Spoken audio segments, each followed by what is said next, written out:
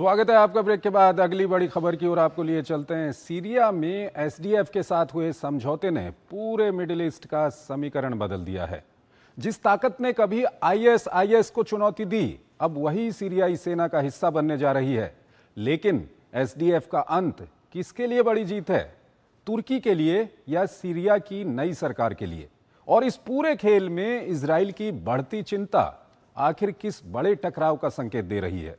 आइए इस पर आपको एक खास रिपोर्ट दिखाते हैं और फिर अपने विशेषज्ञ मेहमान से हम चर्चा करेंगे।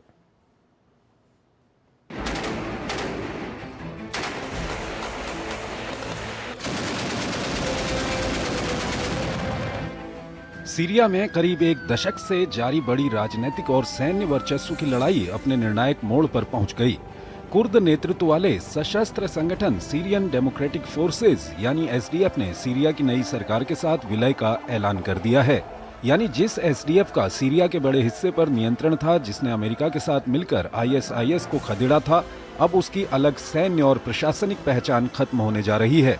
2024 में बशर अल असद की सत्ता से बेदखली ने न सिर्फ सीरिया बल्कि पूरे क्षेत्र का समीकरण ही बदल दिया। अहमद अल शरा के सीरिया की सत्ता पर काबिज होते ही देश के एकीकरण का नया अभियान शुरू हुआ। पहली मुठभेड़ देश के सबसे ताकतवर सशस्त्र गुट एसडीएफ से हुई, लेकिन अमेरिकी मदद से हाथ धो देने के कारण जल्द ही एसडीएफ के हाथ से बड़ा इलाका निकल गया। रक्का और दीर एजोर जैसे महत्वपूर्ण क्षेत्रों पर अल शरा की सेना ने कब्जा कर लिया और बहुत जल्द ही एसडीएफ के अरब लड़ाके अपनी वफादारी बदलते हुए अल शरा के खेमे में पहुंच गए। एसडीएफ के सामने दो ही विकल्प थे, हथियार डाल देना या फिर समझौता करना। इसके बाद इसी साल जनवरी में दोनों पक्षों के बीच एसडीएफ का सेना में विलय का समझौता तय हो गया। इसके तहत एसडीएफ को सीरियाई सेना और सुरक्षा संस्थानों में शामिल करना, स्वायत्त कुर्द प्रशासनिक व्यवस्था का सरकारी ढांचे में विलय, तेल और गैस क्षेत्र, सीमा चौकियां, जेलें और दूसरे महत्वपूर्ण संस्थानों को दमिश्क के नियंत्रण में देना शामिल था। इसके अलावा गैर सीरियाई पीकेके सदस्यों को देश से बाहर निकालने पर सहमति बनी। दरअसल पीकेके तुर्की में सक्रिय कुर्द संगठन है जो अपने समूह के लिए अलग देश की मांग कर रहा था। तुर्की सीरिया की नई सरकार का बड़ा समर्थक है। हालांकि अब पीकेके ने तुर्की के साथ हथियार डालने का समझौता कर लिया है। एसडीएफ का गठन 2015 में अमेरिका के समर्थन से हुआ था। इसका मुख्य आधार कुर्द लड़ाके थे, लेकिन इसमें बड़ी संख्या में अरब लड़ाके भी शामिल थे।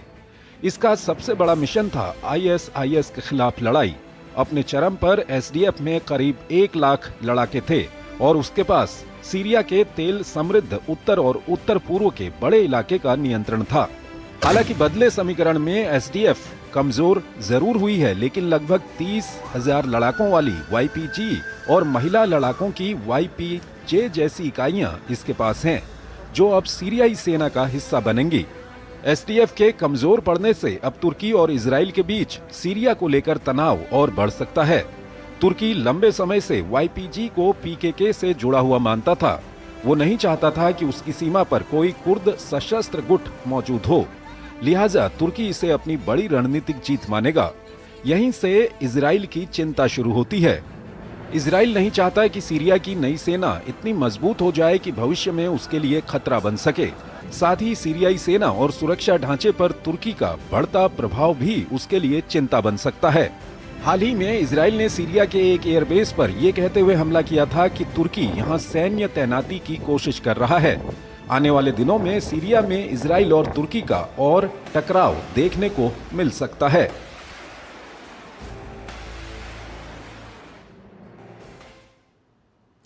आलोक बंसल हमारे साथ जुड़े हुए हैं, विदेशी मामलों के जानकार हैं, उनसे हम जानेंगे। आलोक जी, सीरिया में एक बहुत बड़ा परिवर्तन इसको हम कहेंगे, कैसे आप इसका विश्लेषण करना चाहेंगे?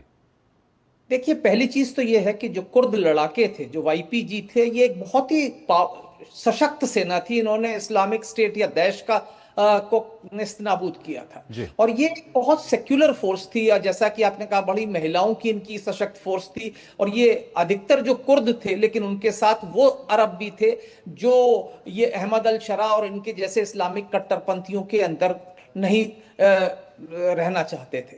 तो ये एक बहुत पावरफुल सशक्त शक्ति थी। लेकिन दुर्भाग्य से अमेरिका के राष्ट्रपति ट्रंप और उनकी ढुलमुल नीतियों ने इनको जो है चौराहे पे लाकर खड़ा कर दिया। अमेरिका पहले इनका समर्थन करता था, फिर विड्रॉ कर दिया, और उसके कारण जो है ये जो है क्रॉस फायर में आ गए। इनके ऊपर तुर्की से भी हमले हो रहे थे और सीरिया से भी हमले हो रहे थे। तो ऐसे हालात में जब अमेरिका ने भी उनसे सपोर्ट हटा लिया तो इनके पास कोई और विकल्प बचा नहीं, और इनको दुर्भाग्य से सीरिया की हुकूमत के साथ समझौता करना पड़ा। अब इस समझौते के अंदर इनकी सेना सीरियाई सेना का भाग बन जाएगी। हालांकि इस पर अभी बहुत सारे प्रश्न चिन्ह हैं, क्योंकि इनकी सेना में एक बड़ी संख्या में महिलाएं हैं। तो और जो सीरिया की जो हुकूमत है, अहमद अल शरा चाहे भले ही 3 पीस का सूट पहन ले, लेकिन है तो वो पुराने अलकायदा के ही सदस्य ना। तो की जो विचारधारा है, जो कट्टरपंथी विचारधारा में है, उसमें जिस तरीके की वाईपीजी का संगठन है, संरचना है, वो आगे कैसे बढ़ेगी, इस पे बहुत सारे प्रश्न चिन्ह हैं। इजराइल के पास जी, इजराइल ने अभी कुछ दिनों पहले हमला भी किया था वहां पर, तो इजराइल के परिप्रेक्ष्य में अगर हम देखें तो कहीं ये सीरिया और इजराइल के बीच में कोई तनाव तो नहीं बढ़ाएगा ये कदम? देखिए, इजराइल की मेरे हिसाब से एक बहुत बड़ी हार है। अगर इजराइल अगर चाहता तो उसके पास एक बहुत बड़ी सशक्त शक्ति थी। सीरिया के अंदर ड्रूज इजराइल के समर्थक रहे, कुर्द जो है वो भी चाहते थे कि इजराइल उनका समर्थन करे।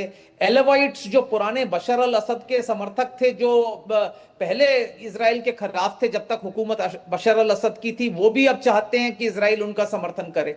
तो अगर इजराइल चाहता तो इन अल्पसंख्यकों को मिलाकर गठजोड़ बनाकर एक सशक्त शक्ति के रूप में उभर सकता था। लेकिन दुर्भाग्य से इजराइल ने सीरिया की ओर ध्यान न देके लेबनान में अपनी शक्ति को जो है खर्च किया, और उसके कारण क्या हुआ कि सीरिया की सरकार को अपने आप को जो है और सशक्त करने का मौका मिल गया। जो ड्रूज पहले इजराइल के समर्थक थे, उनके खिलाफ केस चल रहे हैं आज दमिश्क में, और जो कुर्द थे उनको इस तरीके से दबाया गया कि अब वो सेना का हिस्सा बन रहे हैं।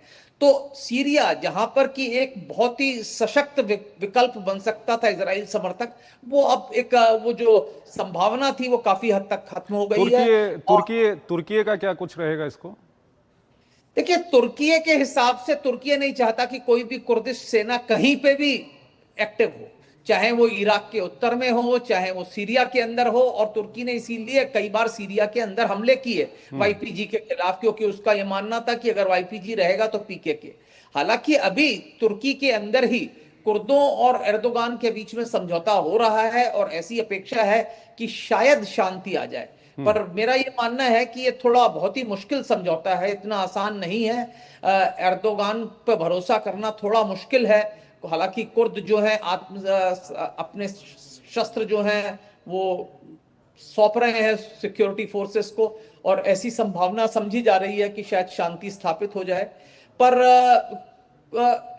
तुर्की के हिसाब से अगर ये कुर्द बड़ी संख्या में सीरिया की सेना में आ जाते हैं तो वो भी तुर्की के लिए चिंता का विषय रहेगा, लेकिन उतना नहीं जितना कि एक स्वतंत्र या स्वायत्त कुर्दिश संगठन रहे तुर्की की सीमा के बाहर सीरिया के अंदर। ठीक है आलोक जी, बहुत बहुत शुक्रिया आपका। आप हमारे इस कार्यक्रम में शामिल हुए और दोनों ही महत्वपूर्ण विषयों पर आपने अपना महत्वपूर्ण विश्लेषण हमारे दर्शकों के साथ साझा किया। इसी के साथ अंतर्राष्ट्रीय खबरों के हमारे इस खास कार्यक्रम को हम यहीं पर समाप्त करते हैं, लेकिन जाते जाते आपको छोड़ जाते हैं आज की कुछ और महत्वपूर्ण और बड़ी अंतर्राष्ट्रीय खबरों के साथ। आप इन खबरों को देखिए और हमारी पूरी टीम को इजाज़त दीजिए।